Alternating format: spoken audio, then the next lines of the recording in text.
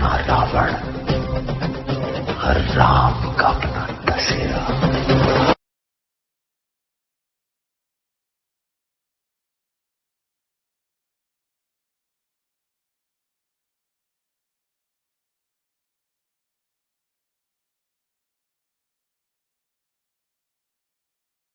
अभी एक पर्टिकुलर एक ईसाई पादरी है, यहाँ आप देख रहे हैं, उसने फेसबुक पर बोला है कि जातिवाद जो है वो इसलिए हिंदू धर्म में क्योंकि हम लोग शैतान की इबादत करते हैं और वर्णवाद जातिवाद हमारे हिंदू शास्त्रों का मूल सिद्धांत है और इसीलिए हमारा जो हिंदू धर्म है वो शैतानी धर्म है और हम सब शैतान के उपासक हैं। ऐसा जो वैटिकन और राइसबैग कन्वर्ट गैंग्स होते हैं वो ऐसा कहते हैं। पिछले 2000 सालों से ऐसे ही करके वो लोग भारत में वो लोग धीरे धीरे धर्मांतरण कर रहे हैं, जो नीचे तबके के लोग हैं, जो दलित संप्रदाय के लोग हैं, उन लोगों का। तो आज मैं इस चीज़ का भंडाफोड़ करने वाला हूँ। आज मैं साबित करके बताऊँगा कि जो दुष्प्रचार हो रहा है या इतने वर्षों से जो दुष्प्रचार हो रहा था कि हिंदू धर्म में जातिवाद वर्णवाद है, इस चीज़ को मैं आज एक्सपोज कर दूंगा आप सब लोगों के सामने। ये वीडियो मैं इसलिए बना रहा हूँ, किसी का धार्मिक आस्था को चोट पहुँचाने के लिए नहीं, वरन मेरे हिंदू धर्म में जो दुष्प्रचार चल रहा है हिंदू धर्म के खिलाफ ही, कि हिंदू धर्म में जातिवाद है, प्रांतवाद है, वर्णवाद है, वर्गवाद है, इसका मैं आज खंडन मंडन करूँगा। ये जो दुष्प्रचार है इसको खंडन मंडन करना बहुत ज़रूरी है। इसीलिए आज का विषय है मनुवाद दलित विरोधी नहीं है। मैं यहाँ पर सिर्फ और सिर्फ मनुस्मृति का ही उल्लेख करूँगा, क्योंकि अक्सर मनुस्मृति को ही मनुवाद का पोषक और दलित विरोध का पोषक माना जाता है और इसीलिए कुछ हरामजादे 6 दिसंबर हर साल वो लोग मनुस्मृति जैसे एक पवित्र शास्त्र को जलाते हैं। तो सर्वप्रथम मैं ये कहना चाहूँगा, शूद्रास आर ऑल्सो आर्यंस ऋषि पुत्रस, नॉट लोली एंड अनार्यंस एंड अनटचेबल्स। आज भी ब्राह्मण, क्षत्रिय, वैश्य और दलितों में समान गोत्र मिलते हैं। सबके एक ही पूर्वज, एक ही कुल की संतान हैं। यानी हमारे जो दलित भाई हैं वो कोई हमसे अलग नहीं है, वे कोई अछूत या अस्पृश्य नहीं है। इसका प्रमाण देखिए, मनु 3.196 to 199। दैत्य दानव यक्षाणां गंधर्वो गरक्षसां सुपर्ण किन्नराणां च स्मृता बर्हिषदो त्रिजा सोमपा नाम विप्राणां क्षत्रियाणां हविर्भुजः वैश्यानामाज्यपा नाम शूद्राणां तु सुकालिनः सोमपास्तु कवे पुत्रा हविषमन्तो अंगिरः सुता पुलस्तस्याज्यापपाः पुत्र वसिष्ठस्य सुकालिनः। The Barhishads, the sons of Atri, are declared to be the pitars of Daityas, Danavs, Yakshs, Gandharvs, Uragas। यानी वो पूरे श्लोक में ये कहा गया कि जो शूद्र हैं वो महर्षि शुक्लीन के ही वंशज हैं। इन शॉर्ट में अगर आपको बोलूँ तो बहुत बड़ा श्लोक था, इसलिए पूरा बनने नहीं पड़ा। खैर आगे और चलते हम देखते हैं कि इवन शूद्रस कैन टीच, शूद्र भी पढ़ा सकते हैं। मनु 2.238 श्रद्धानः शुभांग विद्यमादति तावरादपि अन्यदपि परः धर्म स्त्री रत्नं दुष्कुलादपि। One should acquire knowledge even from a person born in a low family, otherwise not up to mark। अपने से न्यून व्यक्ति से भी विद्या को ग्रहण करना चाहिए और नीच कुल में जन्मी उत्तम स्त्री को भी पत्नी के रूप में स्वीकार कर लेना चाहिए। यानी साफ साफ लिखा गया है कि जो शूद्र हैं, जो दलित हैं, वो भी गुरु, वो भी आचार्य, वो भी शिक्षक बन सकते हैं। हम उनसे भी तालीम हासिल कर सकते हैं, हम उनसे भी ज्ञान विज्ञान अर्जित कर सकते हैं। तो अब बता ईसाई कुत्ते कि इसमें कहाँ है अस्पृश्यवाद। आगे देखिए, मनु 2.241 अब्राह्मणादाध्यायन मापत काले विधीयते अनुव्रज्या च शुश्रूषा यावध्यायनं गुरुः। इफ नीडेड वन में acquire knowledge from one who is not a Brahmin and that he shall follow and serve such a teacher as long as the instruction lasts। आवश्यकता पड़ने पर अब्राह्मण से भी विद्या प्राप्त की जा सकती है और शिष्यों को पढ़ाने के दायित्व का पालन वह गुरु जब तक निर्देश दिया गया हो तब तक करे।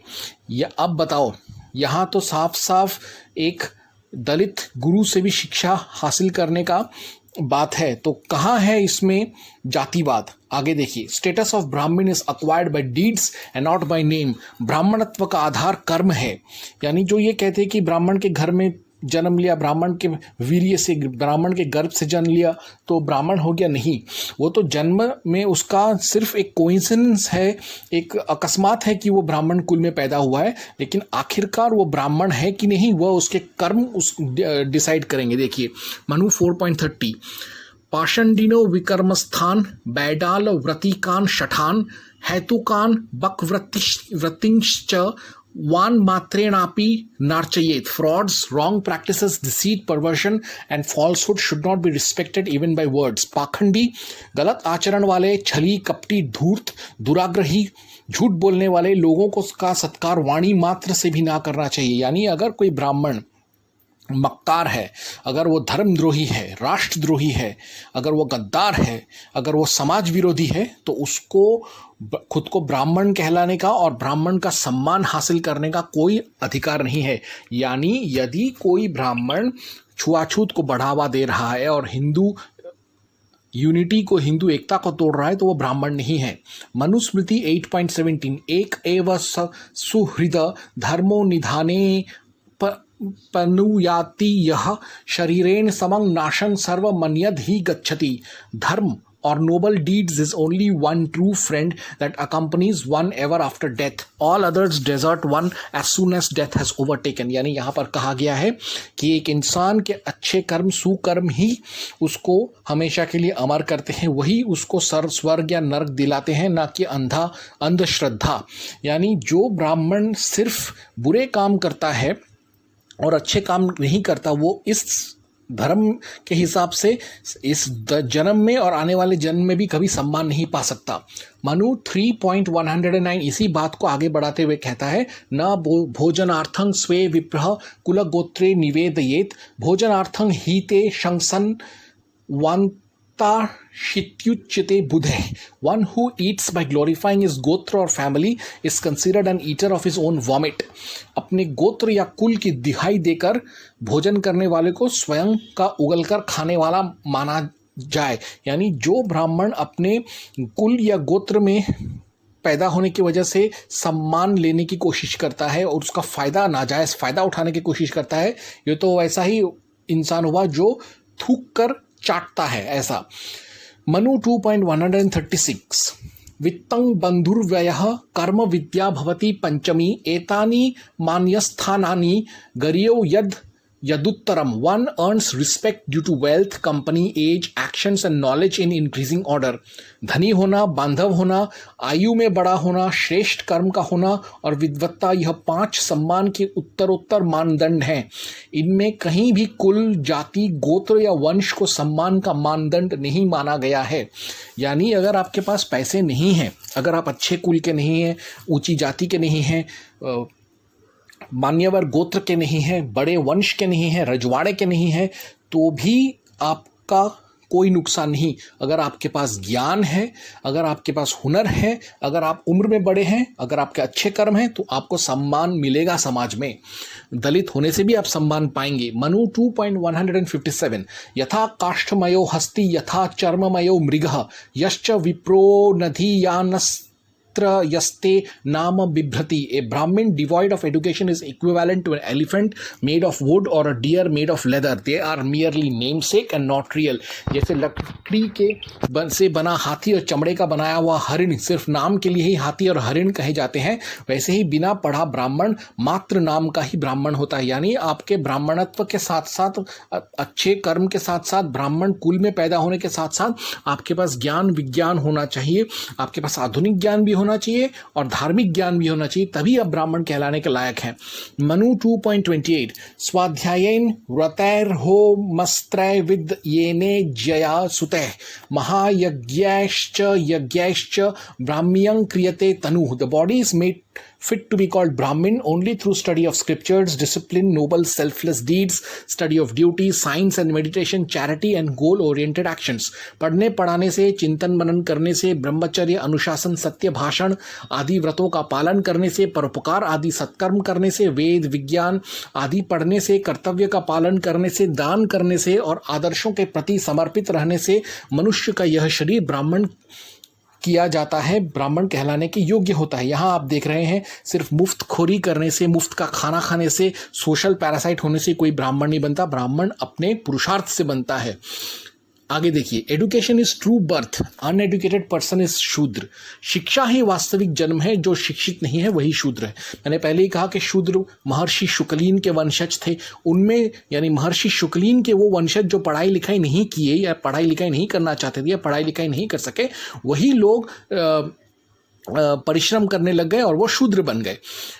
अब देखिए इसका प्रमाण देखिए, मनु 2.147 कामान माता पिता चैनंग यदुत्पादत यतो मिथः संभूतिं तस्य तांग विद्यद्याद यज योना वभिजायते। The birth that happens from womb of mother after parents' desire for procreation is an ordinary birth. Real birth happens when the person completes his education. माता पिता से उत्पन्न संतति का माता के गर्भ से प्राप्त जन्म साधारण जन्म है। वास्तविक जन्म तो शिक्षा पूर्ण कर लेने के उपरांत ही होता है। जब आप वैदिक शिक्षा और आधुनिक शिक्षा पढ़कर, विज्ञान ज्ञान पढ़कर जब आप सुशिक्षित हो जाते हैं, पूर्ण शिक्षित हो जाते हैं, तभी आप इंसान बनते हैं। आपका एजुकेशन ही आपको इंसान बनाता है, ब्राह्मण बनाता है, सुवर्ण जाति बनाता है। मनु 2.172 शूद्रेण ही समस्तावद यावद वेदे न जायते। So long as he is not born in the Veda he is equal to a shudra. जब तक व्यक्ति वेदों की शिक्षाओं में दीक्षित नहीं होता, वह शूद्र के ही समान है। यानी जिसने वेदों का पठन पाठन नहीं किया, जिसने धार्मिक शिक्षा नहीं लिया, जो धर्म के बारे में नहीं जानता है, जन्म से तो सब शूद्र हैं। यानी जिसने अपना शिक्षा पूरा नहीं किया वही शूद्र है। ये मैंने ठीक ही कहा था कि शुक्लीन के वो वंशज जो पढ़ाई लिखाई नहीं कर सके, नहीं करना चाहते थे, नहीं किया, वही शूद्र बने। क्योंकि आप तभी शूद्र बनेंगे जब आपके पास एजुकेशन नहीं होगा, तो आपको अपना जीवन व्यापन करने के लिए लेबर करना पड़ेगा। तो जब आप लेबर का काम करेंगे तब शूद्र हो गए। मनु 10.4 ब्राह्मणः क्षत्रियो वैश्यस्त्रयो वर्णा द्विजातयः चतुर्थ एक जातिस्तु शूद्रो नास्ति नु तु पंचमः। ब्राह्मण, क्षत्रिय and Vaishya take second birth after education. Shudra who could not complete education is fourth varn. There is no fifth varn among Arya or noble people. ब्राह्मण, क्षत्रिय और वैश्य ये तीन वर्ण विद्याध्ययन से दूसरा जन्म प्राप्त करते हैं। विद्याध्ययन न करने पर या न कर पाने वाले शूद्र चौथा वर्ण है। इन चार वर्णों के अतिरिक्त आर्यों में या श्रेष्ठ मनुष्यों में पांचवा कोई वर्ण नहीं है। वेदों में पंचम वर्ण है, लेकिन यहाँ मनुवाद में पांच वर्ण नहीं, चौथा वर्ण ही मानते हैं, चार वर्ण नहीं मानते। यानी शूद्र भी आर्य है, लेकिन जो एजुकेटेड इलिटरेट आर्य है उन्हीं को शूद्र कहा जाता है।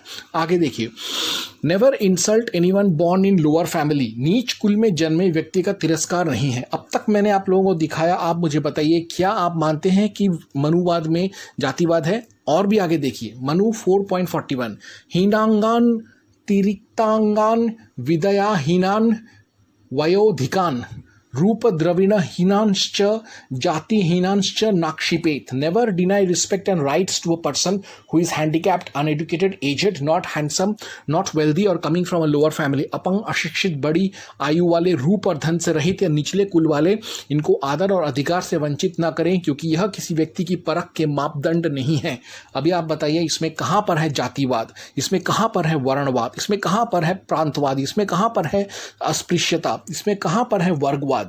ये तो उल्टा दलितों के पक्ष में है। अब तक मैंने जो जो आपको प्रमाण दिखाए वो सब प्रो दलित, दलित समर्थक हैं। आगे देखिए, रिस्पेक्ट फॉर शूद्रस, शूद्रों के प्रति आदर।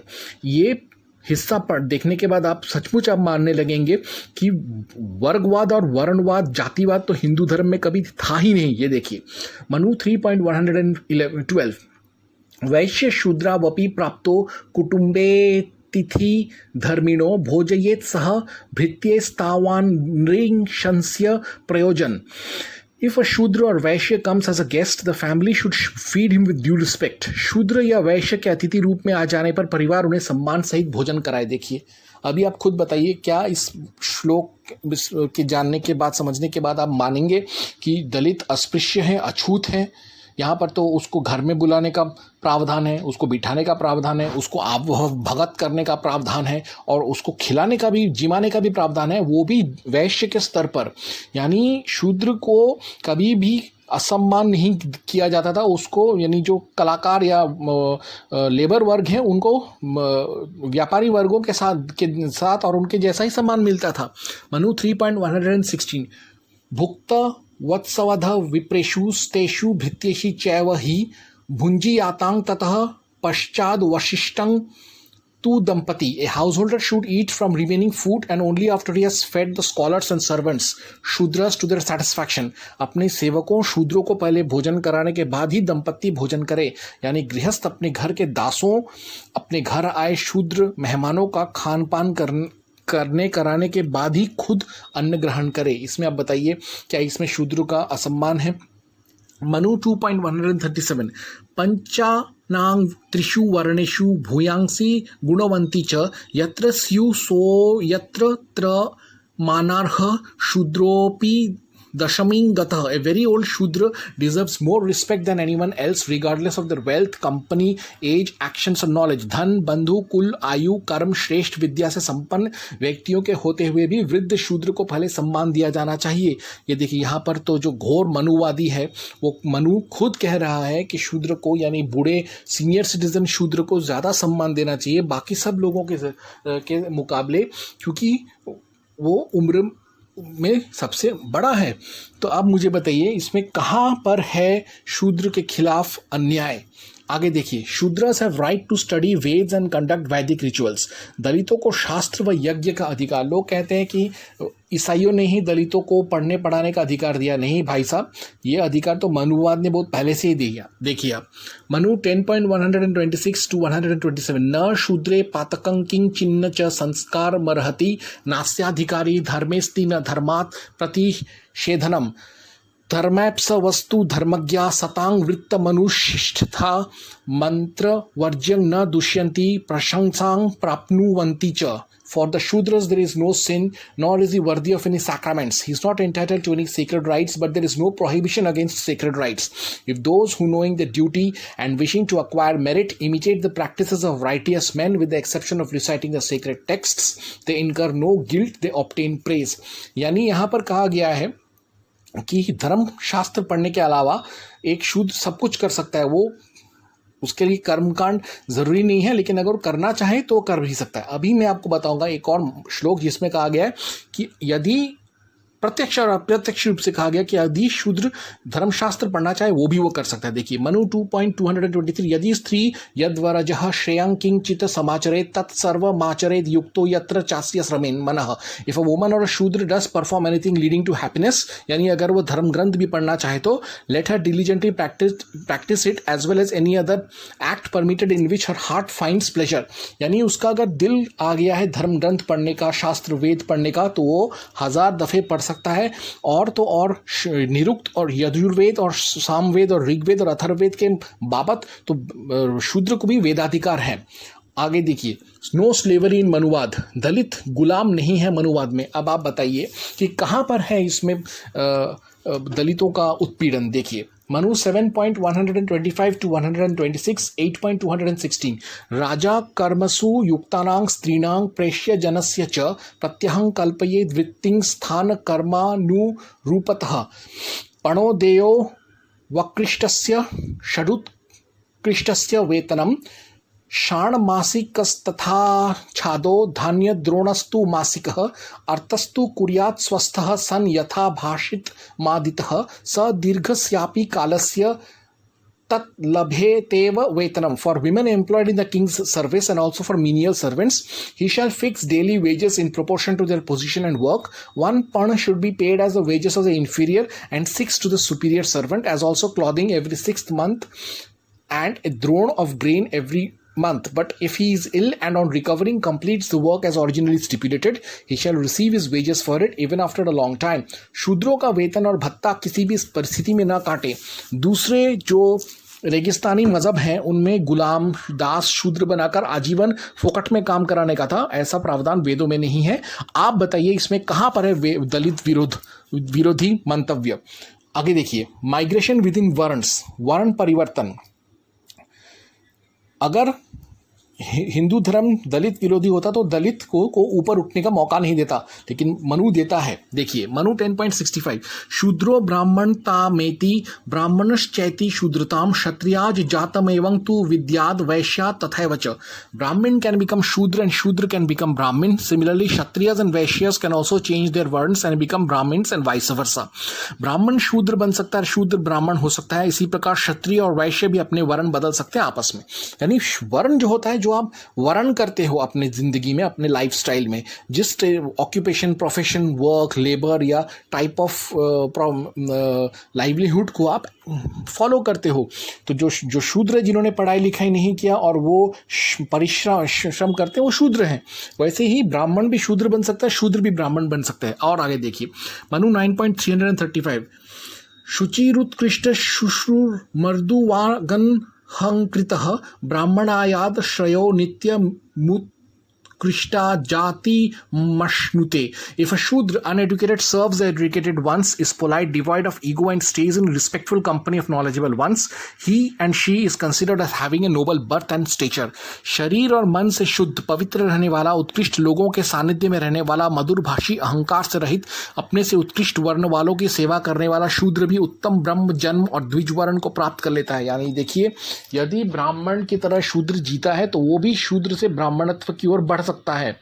मनु 2.168, यो न धित्य द्विजो वेद मंत्र यत्र कुरुते श्रमम स जीवन्नेव शूद्रत्वामशु गच्छति सान्वयः। ए ब्राह्मण, क्षत्रिय और वैश्य who puts efforts in other areas except understanding and following the Vedic precepts becomes a Shudra and his future generations also suffer from ignorance of Veds। जो ब्राह्मण, क्षत्रिय या वैश्य वेदों का अध्ययन और पालन छोड़कर अन्य विषयों में ही परिश्रम करता है, वह शूद्र बन जाता है और उसकी आने वाली पीढ़ियों को भी वेदों को ज्ञान से वंचित होना पड़ता है। यानी उस जमाने में वेद ही सारे ज्ञानों का आधारभूत थे। तो यानी जो ज्ञान विज्ञान वेदों में है, जो कि आधारभूत था, उन दिनों ज्ञान का पराकाष्ठा था, ऐसे ज्ञान से जो अपने आप को वंचित करते हैं वही शूद्र होता है। तो इसी हिसाब से ब्राह्मण, क्षत्रिय और वैश्य भी शूद्र बन सकते थे। और आगे देखिए वर्ण परिवर्तन के कुछ उदाहरण। तो अब मुझे बताइए साफ साफ, अब तक आपने जो देखा उसमें कहाँ पर है एंटी दलित मनुवाद? देखिए आप, वन राजा दक्ष के पुत्र पृषद शूद्र हो गए थे, प्रायश्चित स्वरूप तपस्या करके उन्होंने मोक्ष प्राप्त किया। विष्णु पुराण 4.1.14। राजा नेदिष्ट के पुत्र नाभाग वैश्य हुए, पुनः उनके कई पुत्रों ने क्षत्रिय वर्ण अपनाया। ये देखिए, धृष्ट नाभाग के पुत्र थे ब्राह्मण, उन्होंने वो क्षत्रिय बन गए। नाभाग के वंशज वापस ब्राह्मण बन गए। उसके बाद अग्निवेश ब्राह्मण नहीं थे, राजपुत्र थे, वो ब्राह्मण बन गए। और फिर बाद में आगे चलकर वही उन्हीं के वंशज क्षत्रिय से वापस ब्राह्मण बन गए। हारित जो थे, जिन्होंने हारित स्मृति लिखा है, वो क्षत्रिय थे, फिर वो ब्राह्मण बन गए अपने कर्मों की वजह से। तो ऐसे कई उदाहरण हैं हमारे हिंदू इतिहास में जहाँ पे वर्ण परिवर्तन वास्तव में हुआ है, सिर्फ टेक्सचुअली या एकेडमिकली ही नहीं। फिर शौनक, गृत्समती, वीतहव्य, ये सब ब्राह्मण बने क्षत्रिय कुल से। और फिर बाद में शौनक के ही जो बच्चे थे वो ब्राह्मण, क्षत्रिय, वैश्य, शूद्र हो गए। यहाँ पर देखिए, एक ब्राह्मण का बेटा शूद्र बन गया, वापस सबके सब अपने अपने ब्राह्मणत्व को पा लिए। पुलस्त्य का जो बेटा था वो राक्षस बन गया, रावण। फिर राजा रघु का जो बेटा था प्रिवद्रथ, वो राक्षस हो गया, क्षत्रिय, यानी राम के एक पूर्वज राक्षस हो गए। त्रिशंकु राजा होते हुए भी चांडाल बन गए, हम जानते हैं पूरे प्रकरण को। विश्वामित्र जो थे वो विश्वरथ क्षत्रिय थे, वो फिर बाद में ब्राह्मण बन गए, उनके बच्चे शूद्र बन गए। खैर, ये तो हुआ इंटरकास्ट माइग्रेशन का। इंटरकास्ट मैरिजेस देखिए, सावर्ण दलित आपस में शादी कर सकते हैं। इसके आप प्रमाण देखिए, कई दलितों को कभी कभी मार दिया जाता है कि उन्होंने किसी ऊंचे वर्ण के लड़के या लड़की से शादी करने का सोचा। ये बहुत गलत है। देखिए यहाँ पर, सावर्ण लड़का दलित बेटी की शादी, इसको अनुलोम विवाह कहते हैं मनुवाद में। मनु 2.238, श्रद्धाधान शुभांग विद्यामाद दी तावरादपि अन्यादपि परंग धर्म स्त्री रत्नं दुष्कुलादपि। Similarly, one should accept a noble woman as wife even if her family is otherwise not up to mark। अपने से न्यून व्यक्ति से भी और नीच कुल में जन्मी उत्तम स्त्री को भी पत्नी के रूप में स्वीकार कर लेना चाहिए। एक और आपको मैं प्रमाण देता हूँ जहाँ पर मनुवाद खुद कहता है कि ऊंची जाति का लड़का नीची जाति की, तथाकथित नीची जाति की लड़की से आराम से वो लीगली शादी कर सकता है। ये अब देखिए मनु 2.240 स्त्रियो रत्नान्यथो विद्या धर्म शौचं सुभाषितम विविधानि च शिल्पानि समादेयानि सर्वतः excellent wives learning the knowledge of the law, the rules of purity, good advice and various arts may be acquired from anybody। एक व्यवहारिक प्रमाण है मनु 9.23 में, जिसमें एक ऋषि ने एक नीचे कुल की, दो ऋषियों ने नीचे कुल की दो लड़कियों से विवाह किया अलग अलग और उनको उत्कृष्ट स्त्री रत्न बना दिया। देखिए अक्षमाला वसिष्ठेन संयुक्ता धम योनिजा शारंगो मंदपालेन जगामा भार्या हणि यताम। अक्षमाला, a woman of the lowest birth, being united to Vasisht and Sarangi, being united to Mandapal, became worthy of honor। अभी आप देखिए सबसे खतरनाक चीज, सावर्ण लड़की दलित बेटी की शादी, प्रतिलोम विवाह, मनु 10.13। ये तो सबसे खतरनाक है, जिसके लिए कई दलित लड़कों का जान चला जाता है। ये बंद होना चाहिए। एकांतरी त्वानुलोम्या दम्बष्ठोग्रो यथा स्मृतो क्षत्रिय वैदेहको तद्वत् प्रातिलोम्येपि जन्मनि। As an ambushed and an ugra begotten in the direct order on women 1 degree lower than their husbands in an anulom vivah are declared to be, even so are a kshatriya and a vaidehak, though they were born in the inverse order of the castes from mothers 1 degree higher than the fathers, as in a pratilom vivah। अनुलोम विवाह होता है जहां पर एक ऊंची जाति का आदमी नीची जाति के लड़की से शादी करता है। प्रतिलोम विवाह वो होता है उल्टा, जहां पर एक ऊंची जाति की लड़की नीची जाति की लड़की से शादी करता है। राइस बैग ईसाइयों का एक और तकिया कलाम है कि अगर हम वर्णवाद जातिवाद को ना माने तो वेद पुराण महाभारत रामायण इतिहास गीता रामचरितमानस उपनिषद ये सब कहते हैं कि भगवान हमको आग में जलाएगा, कोयले में झुलसाएगा, गरम तेल में हमको खोलते तेल में तलेगा। मैं इन अंग्रेज़ों की नाजायज़ हरामी औलादों से मैं पूछता हूँ, मुझे तो शास्त्र में से सबूत दिखा, कौन से शास्त्र में लिखा है, कौन से रामायण इतिहास महाभारत पुराण वेद वेदांत उपनिषद में लिखा है कि ऐसे दंड दिया जाएगा अगर हम जातिवाद को ना माने तो? कदापि नहीं, क्योंकि शास्त्र ऐसा नहीं कहता। ये ईसाई कुत्तों का दुष्प्रचार है। मगर मेरे शास्त्र, मेरा पूजनीय मनुस्मृति कहता है कि विश्व में कहीं भी कोई भी क्षत्रिय तो क्या कोई भी शूद्र भी वो आचार्य बन सकता है, उपाध्याय बन सकता है, गुरु बन सकता है, महागुरु बन सकता है, विश्व ऋषि बन सकता है, ऋषि बन सकता है, महर्षि बन सकता है और चाहे तो मठाधीश्वर और जगत गुरु शंकराचार्य भी बन सकता है।